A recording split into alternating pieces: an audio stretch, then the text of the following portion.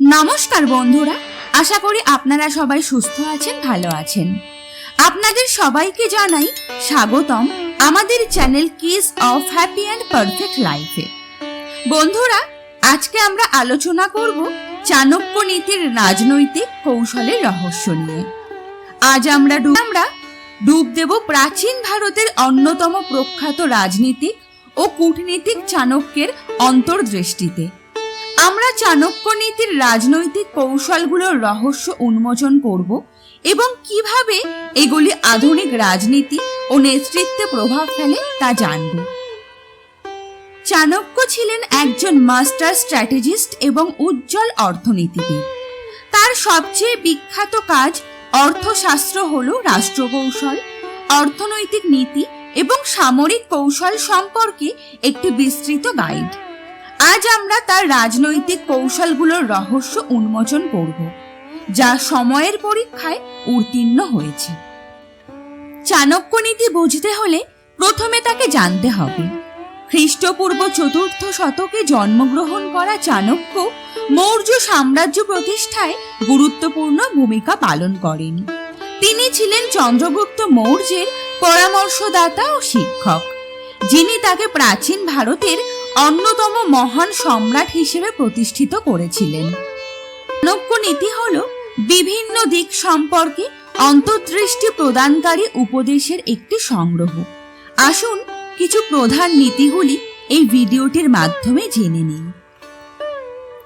ক্ষমতা ও কর্তৃত্ব। চাণক্য বিশ্বাস করতেন যে একজন শাসককে শক্তিশালী হতে হবে, সামরিক এবং বুদ্ধিমত্তার দিক থেকে। ক্ষমতা সঠিকভাবে ও ন্যায়সঙ্গতভাবে ব্যবহার করতে হবে, যাতে শৃঙ্খলা বজায় থাকে এবং রাষ্ট্র সুরক্ষিত থাকে। কৌশলগত মৈত্রী। অন্যান্য রাষ্ট্র ও নেতাদের সাথে মৈত্রী গঠন খুবই গুরুত্বপূর্ণ।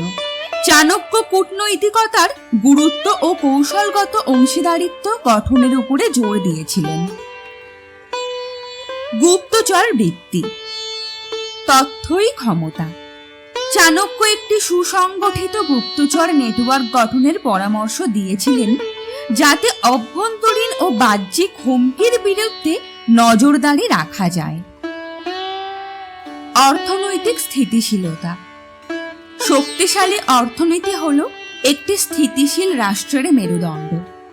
চাণক্যের অর্থনৈতিক নীতিগুলি রাজ্যের সমৃদ্ধি ও আর্থিক নিরাপত্তা নিশ্চিত করার জন্য পরিকল্পিত ছিল। নৈতিকতা ও শুদ্ধতা। যদিও তিনি প্রায়োগিক পন্থায় বিশ্বাসী ছিলেন, চাণক্য নৈতিকতা ও শুদ্ধতার উপর জোর দিয়েছিলেন। তিনি বিশ্বাস করতেন যে একজন শাসককে ন্যায়বান ও সদাশয় হতে হবে, যাতে প্রজাদের বিশ্বস্ততা ও আনুগত্য অর্জন করা যায়। তো বন্ধুরা, ভিডিওটি আজকের মতো এখানেই সমাপ্ত করছি। আমাদের ভিডিওটি যদি আপনাদের ভালো লেগে থাকে তবে লাইক করুন, শেয়ার করুন এবং আমাদের চ্যানেলটি সাবস্ক্রাইব করতে ভুলবেন না। ধন্যবাদ। ভালো থাকবেন, সুস্থ থাকবেন।